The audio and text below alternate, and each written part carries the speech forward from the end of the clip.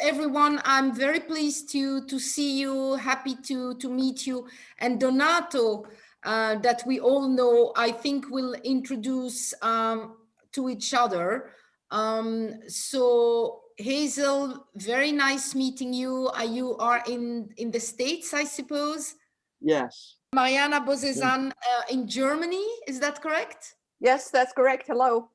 Who else is connected from the panel? Donato, okay, we spoke a few minutes ago. And on the other panelist, I don't see the other gentleman, but I suppose, Donato, that you will be very happy to be surrounded by smart women. And I mean, Hazel, you were just telling us, giving us some information, very interesting information. And I'd like, anyway, I thought to start with you. So could you please share with us your thoughts, and also the fact that you're based in the States, that has been the epicenter of a lot of problems the last couple of 4 years, and particularly the last couple of months. I think it would be very interesting to share your experience and your thoughts about it. Thank you, Catherine. I'm happy to do that because, you know, basically this country now is in the spotlight. Can we really restore the democracy and our constitutional framework after this problem where it's been impossible to hold the former President Donald Trump accountable for all of his crimes. And what's so extraordinary is that there's very little attention until this movie came out that I told you about, A Social Dilemma, which is on Netflix. We haven't been looking under the surface. So there's all been this surface sort of debate about who's right and who's wrong about the Constitution. And nobody is looking at the fact that the digital plumbing is wrong. And the business models of these Silicon Valley, mostly young white men, libertarian young white men, have basically undermined the democratic process and allowed all of Donald Trump's lies to be propagated so rapidly. And basically, so I wrote an article which came out in Wall Street International in December, called Steering Social Media Towards Sanity. And I'm just setting out in that article, which I've sent you all a link to. It's quite short. 5 first steps that I believe we have to take. And this is in the US context, but remember that it was Silicon Valley in the US that launched all of these social monopolies, which now are larger in their populations than nation states. You know, like Facebook has 2 billion people and no accountability and no rules and very little, you know, social order. So in this country, the first mistake we made was in 1996, where the Communication Decency Act of 1996 exonerated and protected all of the social media platforms from any kind of accountability or liability for any of the misstatements. So there we were, we had most media, the traditional media, print, radio, television, cable, were all liable for accuracy and content management and all of the normal things about keeping hate speech and verifying all of that normal stuff. And suddenly we had social media which ballooned immediately because of the network effects that they were using the taxpayer supported internet which we taxpayers paid for, and they were given a complete free ride. And due to network effects, they ballooned into these gigantic monopolies. And it became clear when Mark Zuckerberg was put on the stand before the Congress in 2019 and again in 2020, it was clear that they don't know how to control this monster they've created. And basically, they're just thrashing around. And of course, the members of Congress were not up to speed on the technology. And so my 5 steps are, the first one is that law, Section 230 of that law in 1996, which gave them complete lack of any kind of liability or accountability, must be repealed, number one. And there's bipartisan support for doing that right now. Number two, they must be broken up. And they are beginning to be broken up under 2 antitrust activities now against Facebook and Google. And if anyone thinks that this is radical, let me tell you that I was a science policy advisor in Washington at cabinet level in the time in the late 1970s when AT&T was beginning to be broken up. And when AT&T was broken up, our telephone regulated monopoly, we ended up with 5 baby bells, hundreds of new companies, lots of new competition, thousands of new jobs. So there's nothing wrong with number 2, the antitrust. Number 3, no more anonymity. You can't sign up to a social network unless you say who you are. It's rather like when you open a bank account, the bank says you have to know your customer. And a lot of the experts I've talked to who actually have weaponized a lot of these kind of social media to win political campaigns, they say that just making people say who they are would cut some of the bad behavior probably by 50%. Number 4, if any social media platform, company, for-profit, claims to be a public square, then they must change their business model to basically a public utility, and they must be regulated in the same way that the electric company and the gas company and the water company are regulated, and their profits would be capped. They wouldn't be allowed to advertise everything just for profit.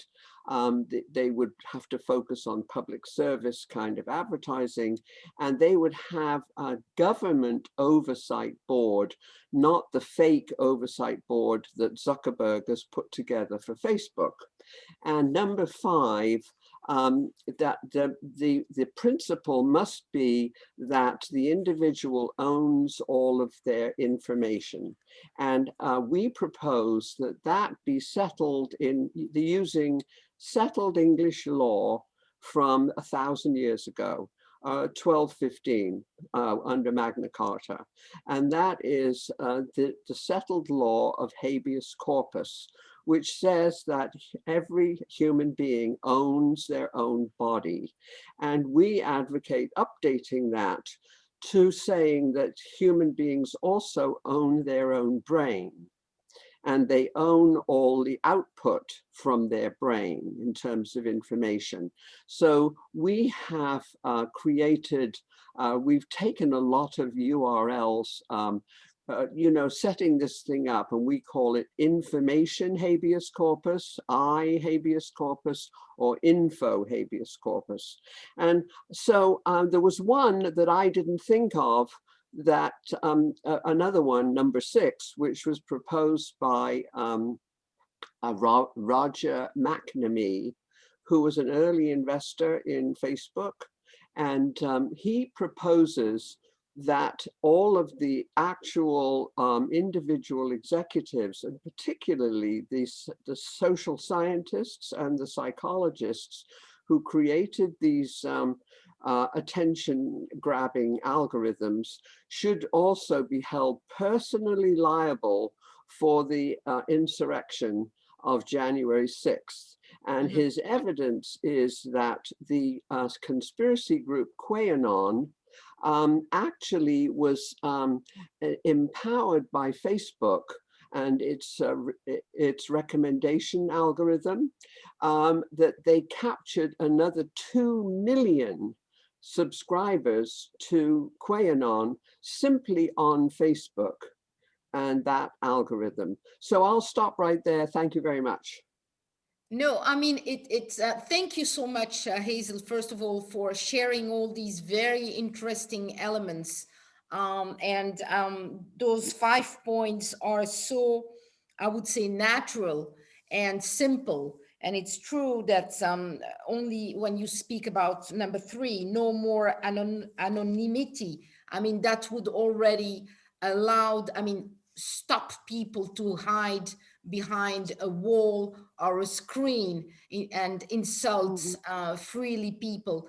So I turn to Jonathan.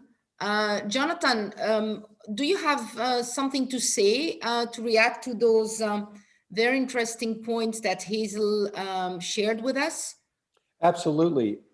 I'm a big fan of Hazel's for many years in her understanding of economics as, and I recommend her work to everybody.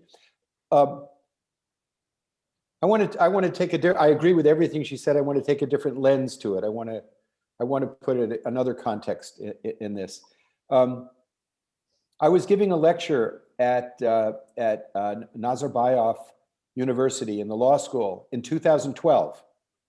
And I asked the students whether they had learned critical thinking. And this is in Kazakhstan, in Astana. And they all laughed at me, saying that they'd been to universities in the West. They knew exactly what I meant by that and why I asked the question. And it was so, I was so inspired by their response. And then one of the deans said, please tell me why Barack Obama is such an advocate of homosexuality. And my response was very simple. If you'll stop watching Fox News for a week, I'll be able to tell you. And all the students were hysterical. They knew exactly what I was saying. And the dean was confounded. He absolutely had believed that this propaganda apparatus was a news service, and it was a complete fraud. Now, in the United States, to get a license from the FCC from 1949 to 1987, one had to demonstrate actual fairness in points of view in putting forward information. But in 1987, because of the very vigorous lobbying by a handful of billionaires, that regulation stopped, and that became and then these very wealthy individuals began buying up talk radio and creating this right-wing echo chamber that Donald Trump so effectively utilized. But it's much deeper than Donald Trump, and it's much deeper than algorithms. It is an attitude that is fundamentally against democracy. It is an organized effort to manipulate public opinion, to destroy the ability of democracy from controlling property. And that begins to really understand how that happened in the US. You have to go back to a memo by Justice Powell in 1970. Justice Powell's memo, he ended up getting a Supreme Court position from that, arguing that, he wrote it for the New American Chamber of Commerce, arguing that the very wealthy need to come together to respond to the critique of liberal capitalism coming out of the 1960s. And out of that effort came the abundance of well-funded right-wing think tanks and much of the coherent ideology of racism, xenophobia and nationalism that we're seeing in America today. This didn't just happen because of the technology. This happened because of the intent of human beings. When these people realized that the technology could be used to build communities of those who felt left behind by modernity, that's when we saw the use, the phenomena of social media being politicized and creating community. QAnon is not about information. It is about identity and community. Donald Trump did not get elected on policies. He got elected by creating identity and community.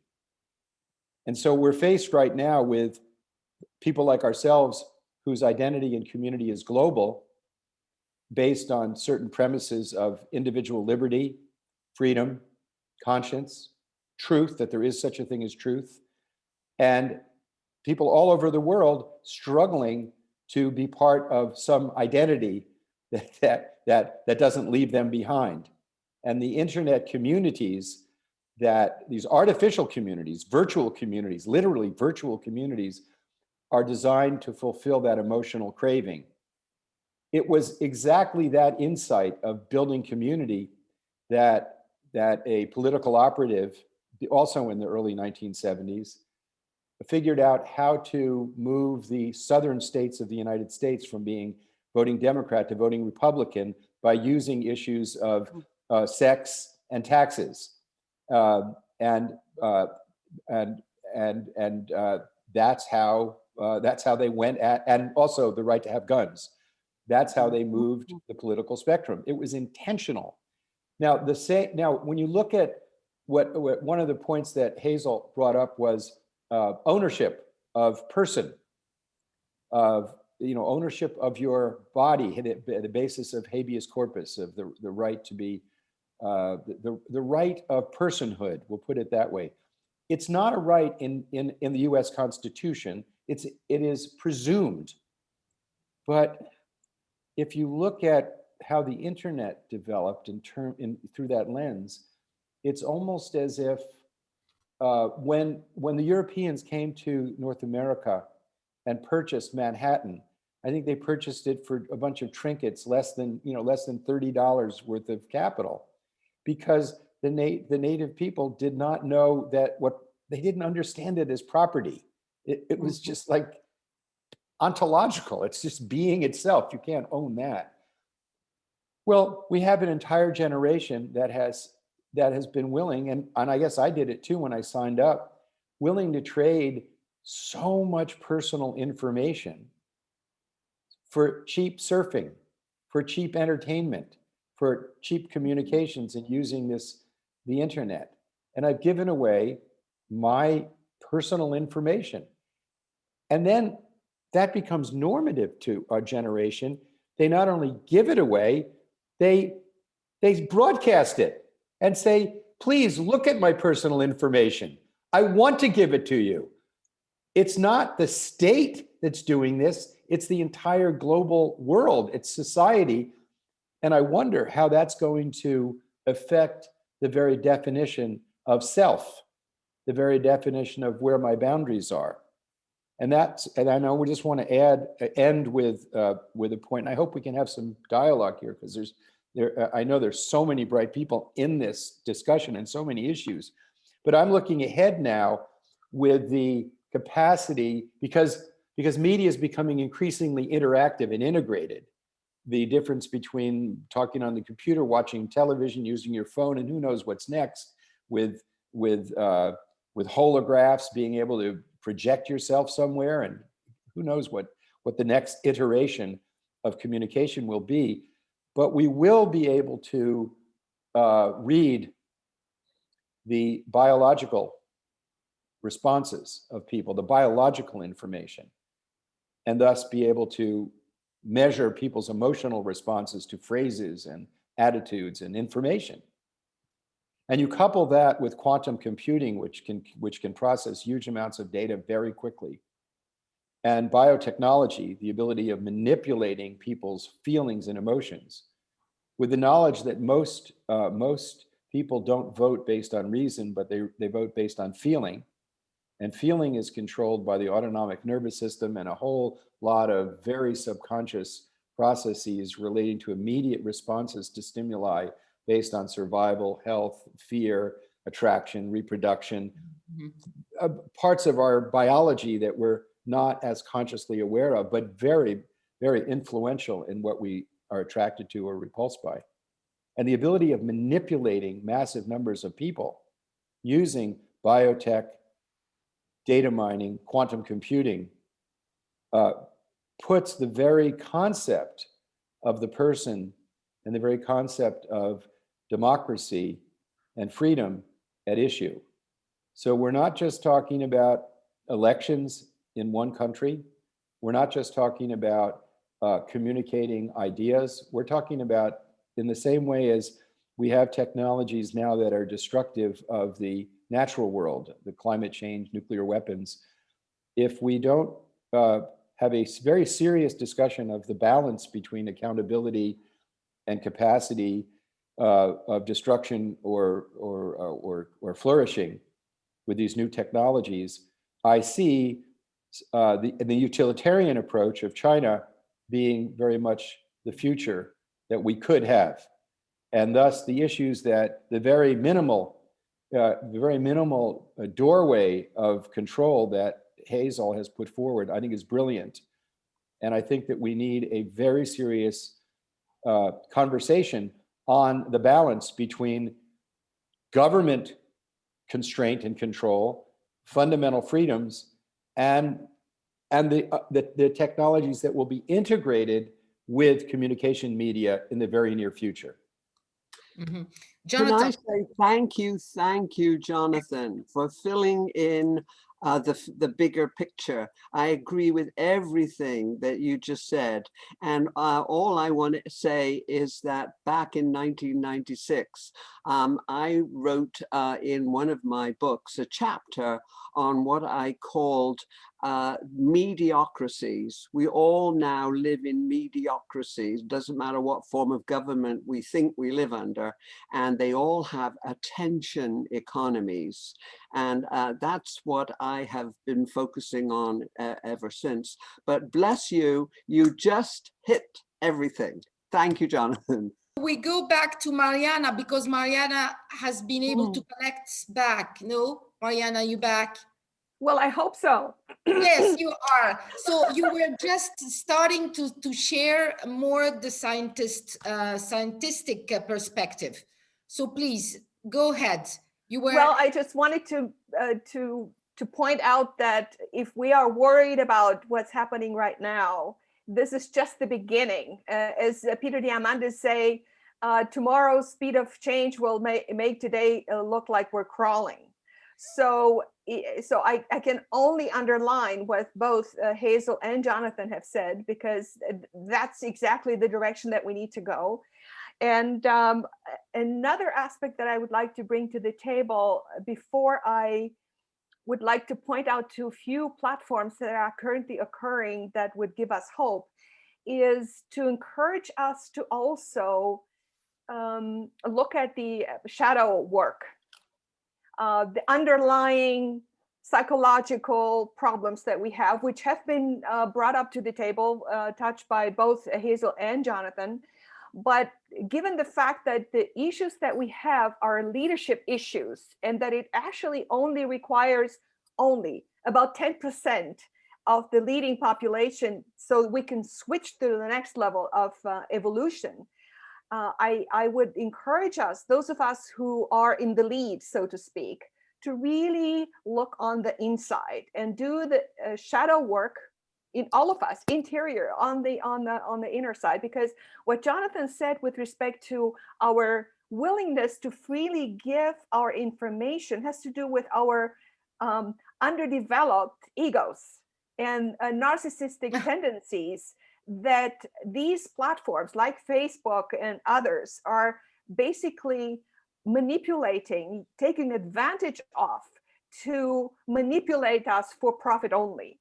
And so once we work on these issues, and media plays a major role in educating us on how to do that, and to evolve from an egocentric to an ethnocentric to a world-centric view of the world, then we have a greater chance to address these the issues and build the better systems. Because what is actually happening in at Facebook, for instance, look at Zuckerberg. This is all a very egocentric view of the world that is slightly moving toward an ethnocentric. Oh, I am leading America first. It's a manifestation of that, for instance. So these people need to really face the fact that they're not going to take any of their money that they're making with them once they die, that if they don't have to face any hardships in terms of their personal tragedies, kids dying, wife leaving them, or something terrible to happen in order for them to evolve to the next level of consciousness. So the shadow work is an important aspect. And with that in mind, I would like to encourage you to go to some platforms that will help all of us build a critical mass of people who are like-minded, with whom we can build the next and better systems. Hazel actually mentioned before the Center for Humane Technology. Just put your hands up. Are you familiar with that? Center for Humane Technology. This has been started, I highly encourage you to go and sign up for them. It's been founded by Tristan Harris. Tristan Harris is the former ethicist from Google, who brought up to the Google leadership when he was working there the issues that we're currently discussing. And in the beginning, he had some of their attention, but then not. And so he left and started the Center for Humane Technology in order to address exactly the problems that we're discussing here. So they have a wonderful podcast. You can see or listen to interviews that he spoke with heads of states, basically, and ministers who have already shifted their governance systems to address these issues, like I think it's Lithuania and some others. Another platform that is actually being currently launched that gives me a lot of hope is the Consilience Project. That was started by Daniel Schmachtenberger. If you haven't heard the name before, please go and listen to some videos, to a podcast that he has done. He has his own website. Because he's actually building into the system, the next media system, and he's building a movement with this Consilience Project, where he is trying to implement exactly what Hazel and Jonathan have brought to the table. Another platform that I also, it's an application that was started by Max Tegmark, who is an MIT professor who also managed to get from Elon Musk 10 million. MIT professor Max Tegmark. So I suggest, Mariana, that you put after all these names I will. in chat, so like that. I will. Yes, everybody can read it and pick it up. Yes, so I will. So what I was going to say is Max Tegmark managed to get from Elon Musk 10 million to start the Future of Life Institute, where they developed the Asilomar principles for artificial intelligence. So please go and sign those Asilomar principles for ethical usage of AI.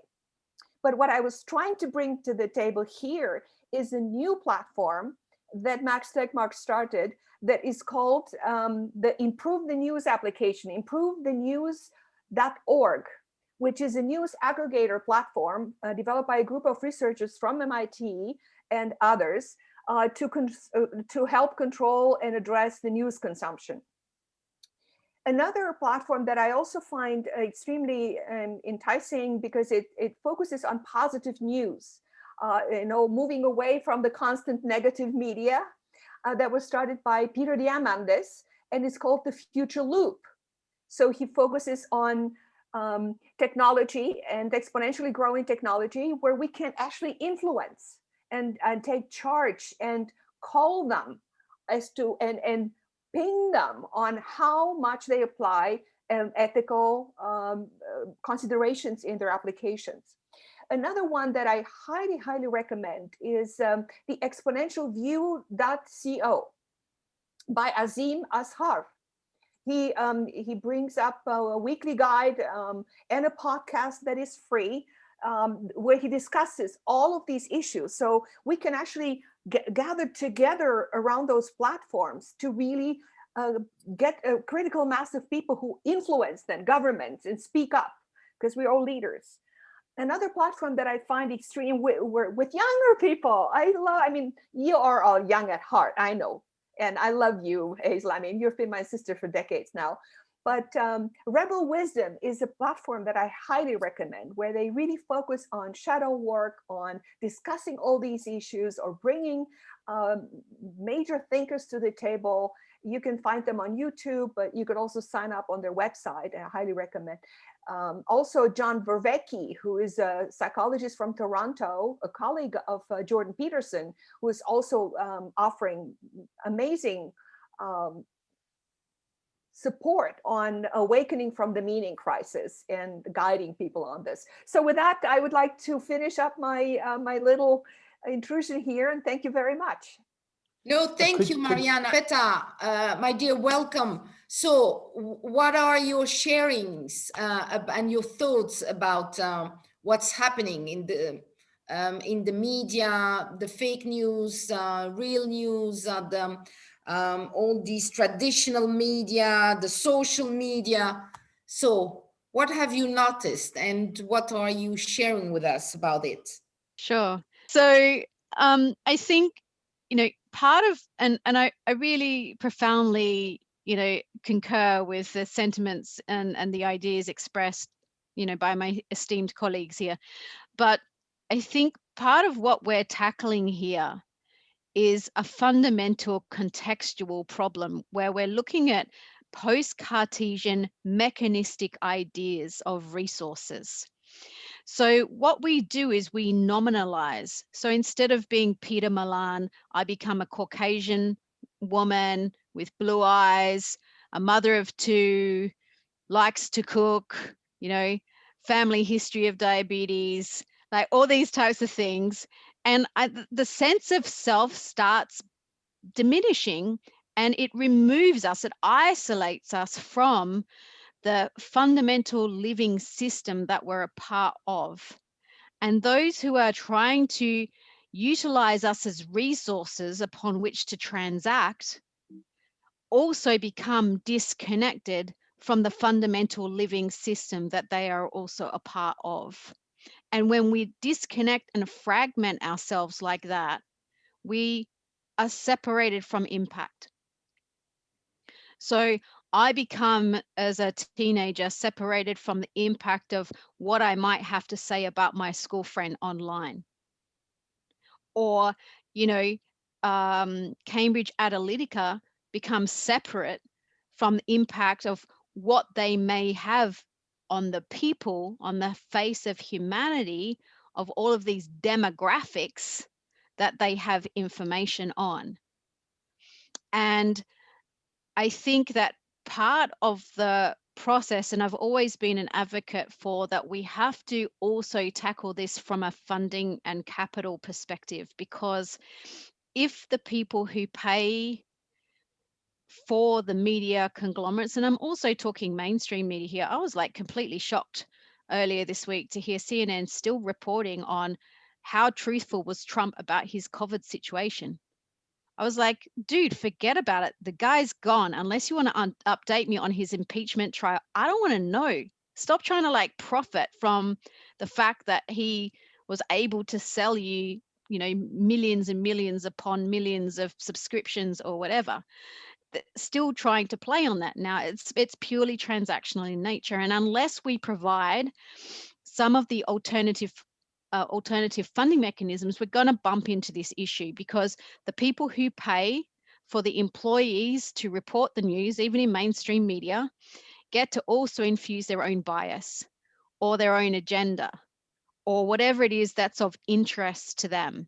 And I'm not saying this because I know that you're a very well-respected journalist, Catherine, and so I do not want to have a go at journalists.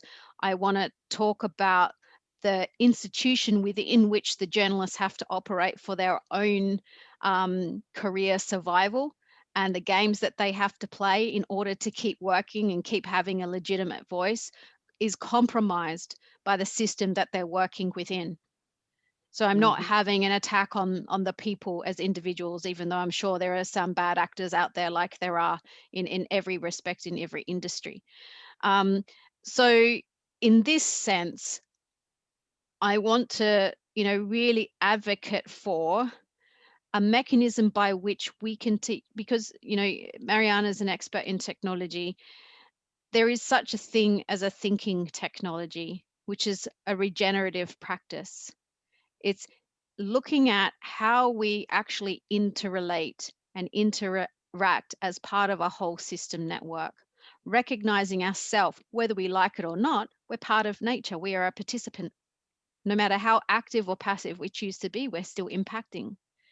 And taking that kind of responsibility and then designing and thinking from a whole systems perspective, or from a living systems perspective, reintegrates us not only within our communities, but also with impacts, and also with the important business that we should be focused on, which is the actualization of self and the best expression of our potential as a participant in a network community, whether that be local or global or whatever. And so I think if we can separate the financial transactional nature of news with alternative mechanisms for funding, then we start to be able to interrupt some of this mechanistic thinking that has got us into some of the problems that we face today.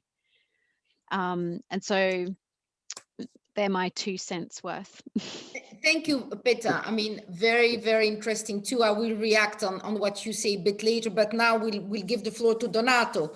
Donato, I mean, could you also share about your experience? Okay, being myself a UN senior correspondent for many years based in Geneva, I have a lot to say about what Peta just mentioned, the fact that when you are in a system, you're not always free to do what you want. And to refer to what Hazel said, and Jonathan too, is that I think that people have tendency to create, that they have the will to create all kinds of new tools and laws and acts, but I mean, it exists. They should only implement what already exists. And that is also, I think, a question of education, that people are less and less educated and have a less and less information, or accurate information about how the world functions, that they think they're not able anymore to have their own individual opinion. Donato, could you share with us more the international multilateralism perspective, how it did affect the multilateralism? And I mean, we've seen it here in Geneva.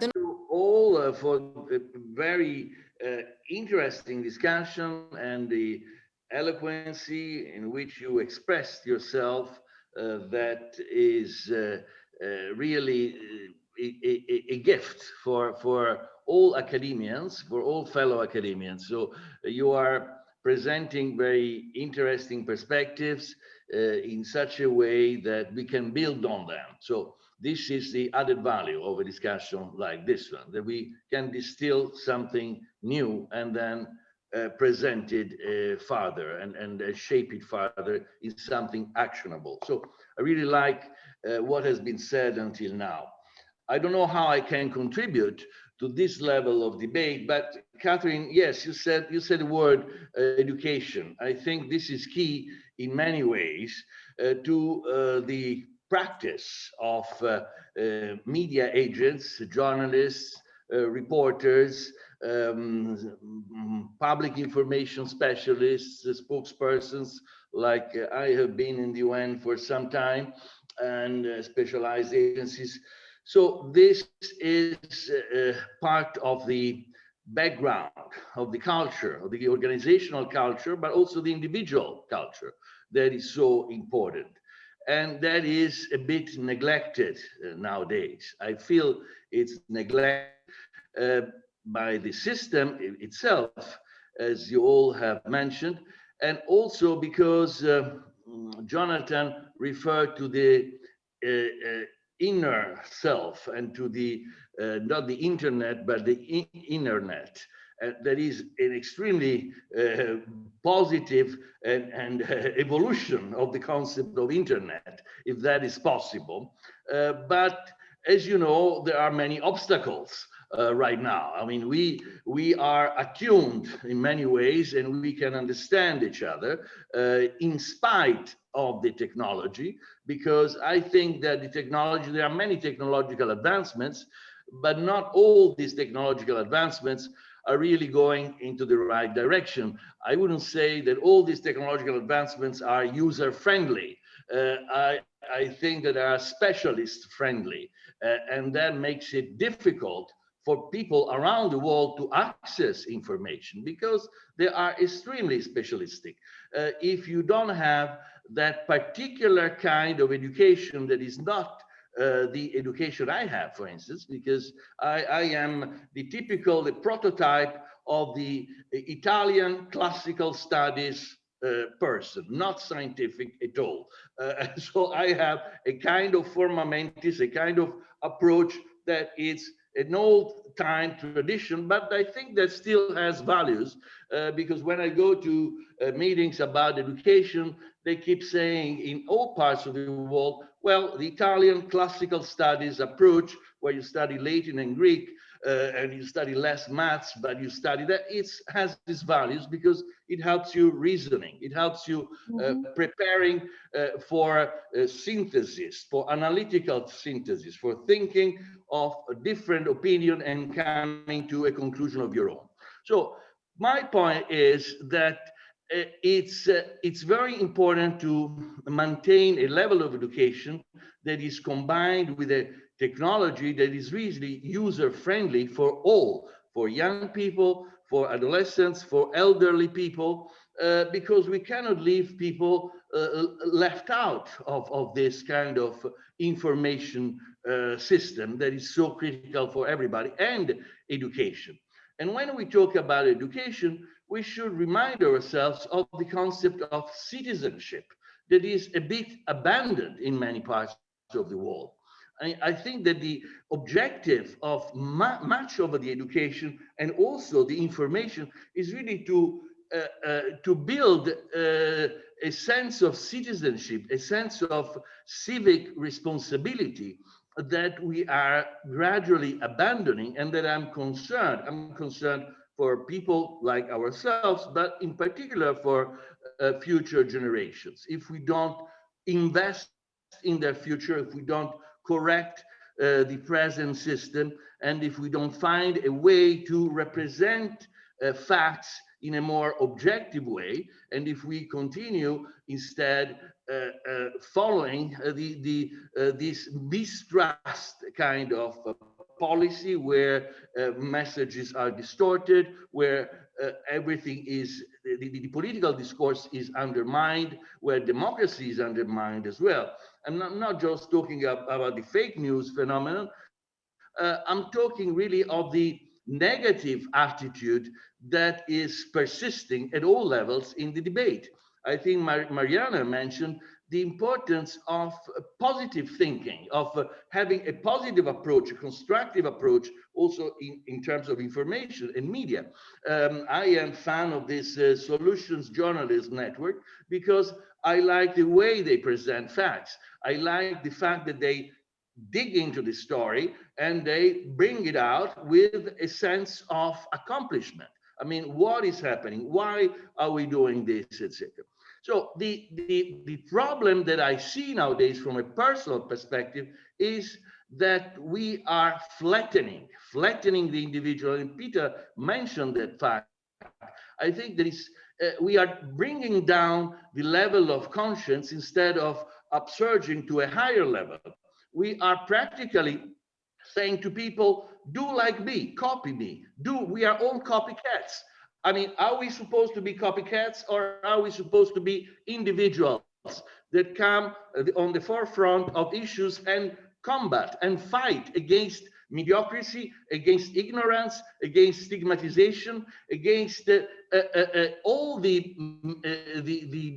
misgivings of our own society. So we have to be more, I think, active in that sense, conscious of the fact that the system as it is a brainwashing system, is a system where people are compelled to be cooks because we see cooks on TV, because we see big brothers, I mean, saying the same thing and saying nothing at the same time. So is this the civic education that we are providing? Is this the kind of show that we should watch every day? No. So my point is we have to change the system. We have to say and to do what you are doing, and being not only objective, we have to bring higher standards that represent higher values. Catherine, you asked me about UN system and information. I'll be short, but I think that, as you said, the tools are there. We don't have to reinvent the tools. Is the way you behave, is the kind of trust that you represent and you build towards your actions, towards your behavior, towards your profession. I mean, there are too many people in our profession, I mean, in the media circles, that assume that you think like them. And this is already wrong. This is already wrong. We should assume the opposite, that people think differently, and that we should have a natural but peaceful confrontation of ideas, democratic confrontation of ideas, where I can convince you or you can convince me, but in a way that is palatable, that is acceptable to all cultures without being offensive. The problem that we have nowadays is that we have a level of aggressiveness, a level of anxiety perhaps as well, that does not allow for this. So this is a sense of humanity, the human angle that we have to recover. If we do not recover this sense of humanity, I mean it's a big lofty sense of to say like that, but is the human angle, is the inner circles that Jonathan was predicating about, that we have to reshape and organize and make sure that we talk along with that language, and that we communicate what we know. We don't communicate what we have heard about, what we know. I mean, factual. This is what we were, you know, in my times at UN, when I worked with you and many other foreign correspondents, we were told and we knew that we had to base ourselves on facts. I mean, some cases we could not say more than what we knew, but we were privileged witnesses of our own times, and we had to limit ourselves to report what we could see with our own eyes. The same applies to media representatives. You know very well, when I was in the Balkans during the war in the early 90s, you know, we had so many so-called journalists that were hiding behind the yellow walls of the Holiday Inn in Sarajevo and never stepped out of that hotel, but they were filing reports every day and saying nonsense. I mean, why? Because they've never seen that by themselves. And of course, information has been was manipulated those days, as it is nowadays. I mean, it's easy because if you offer yourself, if you are weak, others will assume that you are weak. If you are strong, they will not think that you're weak. So first of all, you have to be strong with your own conscience, with your own professionalism, knowing that you have value and stand for the same values. Thank you, Donato. Thank you for sharing all these memories, elements. I mean, it's just wonderful. We have something like 6 minutes to go before the hour. So I will ask each of you what they think about the future of information, particularly that we are living an amazing moment by this pandemic that is changing a lot of things, changing not only the environment, the society. You cannot be selfish anymore, because if you are safe, I am safe. The problem has to be addressed on a global level. Any social origin, any culture, education, regional origin. It is something that is maybe very positive for this society.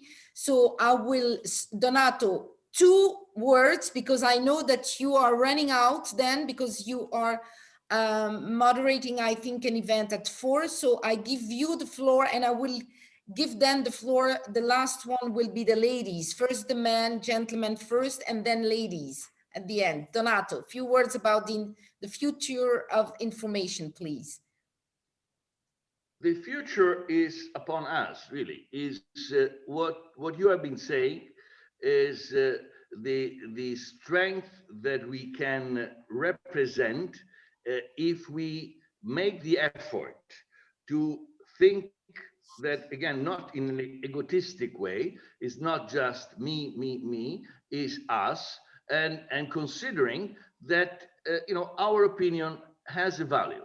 And we have to make sure that through the network of networks, it is the academy and other networks that are connected, our voices is heard, because that counts. So over to you, and thank you very much for this wonderful session. Thank you, Donato, for joining.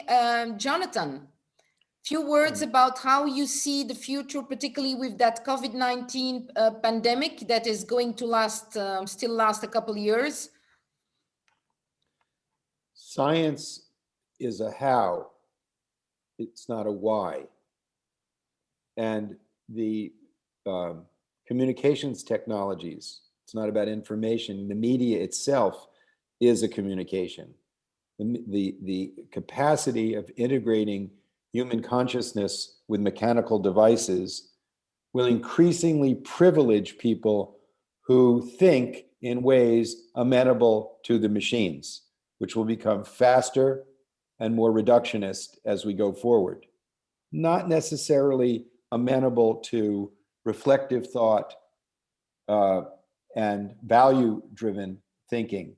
This is particularly dangerous in the field that I actually feel confident in knowing, which is security planning, particularly with respect to nuclear weapons, that this kind of fast think the kind of fast think that the artificial intelligence and these computing machines encourage will privilege people who think that way to rise in authority. Very problematic, because the how are all of these tools that science provides. The why is becoming human. The why is, how do we utilize the tools to increase our capacity to care for one another and communicate what's in our hearts, not just information, not just the images of what we are, but what we actually are. Not virtual communities, but actual communities of caring. That's the why.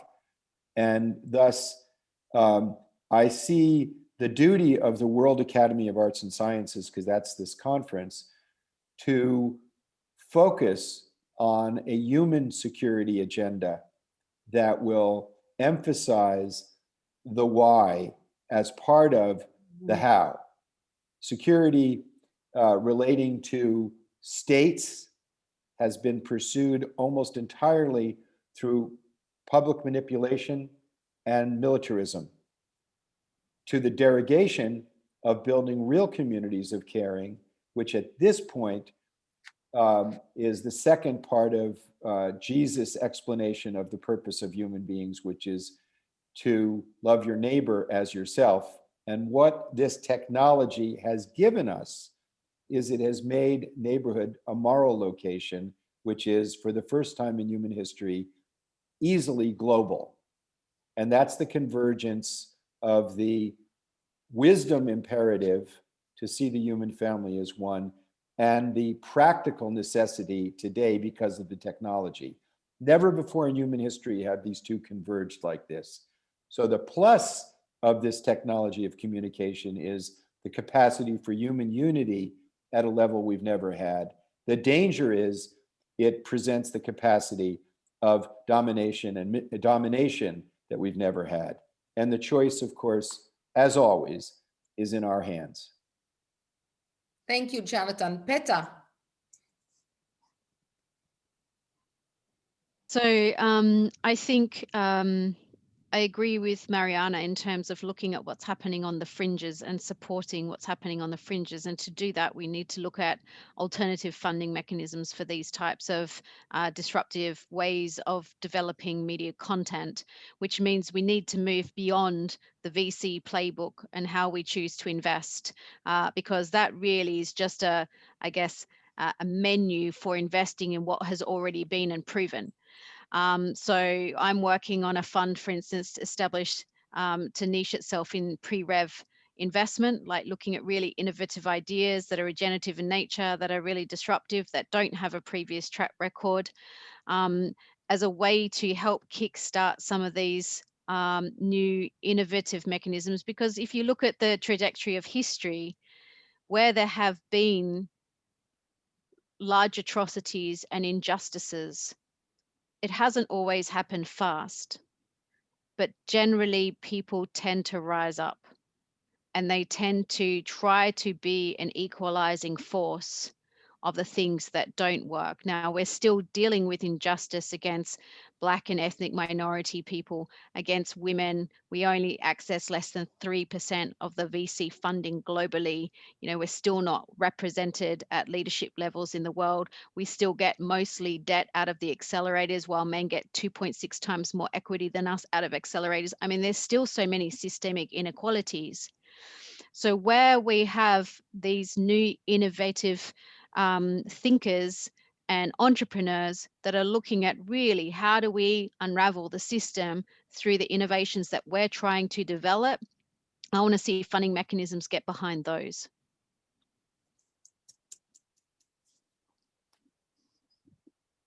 Mariana?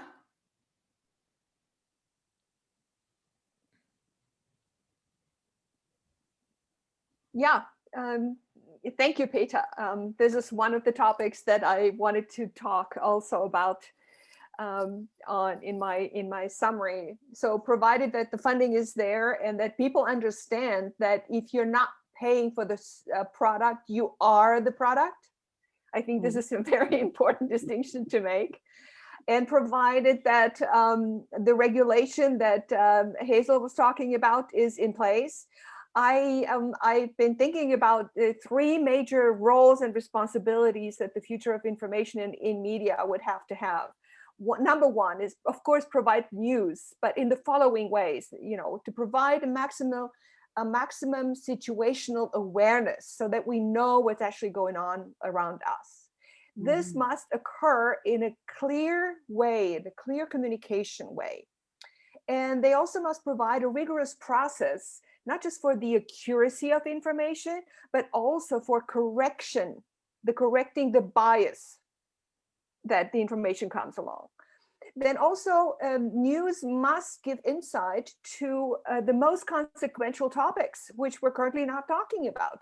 We're not talking about the existential threats. We're not talking climate change is on the fringes, but a little bit.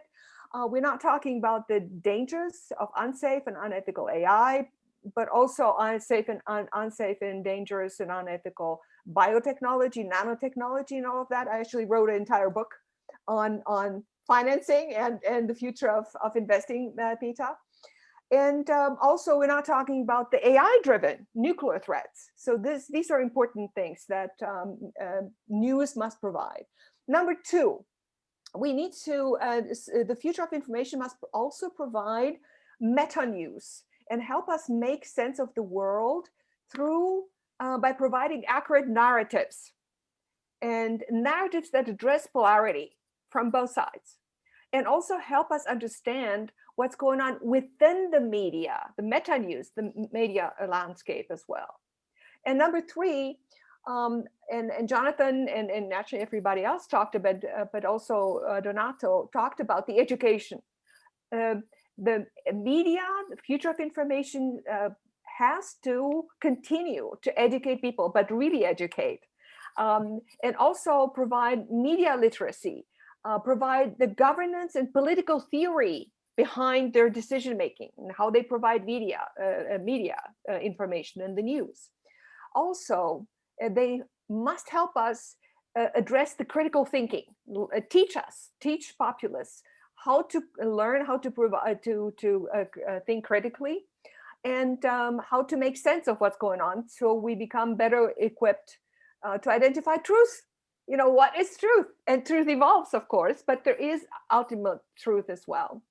Also, media, the role of media has to also, in education, make us and help us become more resilient to misinformation, to propaganda, and biased narratives.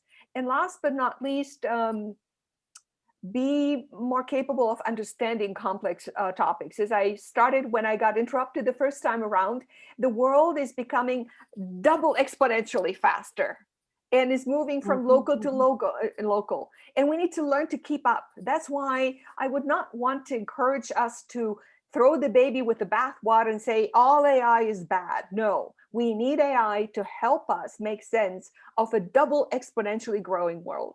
Thank you. Thank you, Mariana. And I remind everyone, please have a look in the chat box. There are all the information that Mariana kindly shared with us are in the chat box. I mean, we'll have a lot of things to read.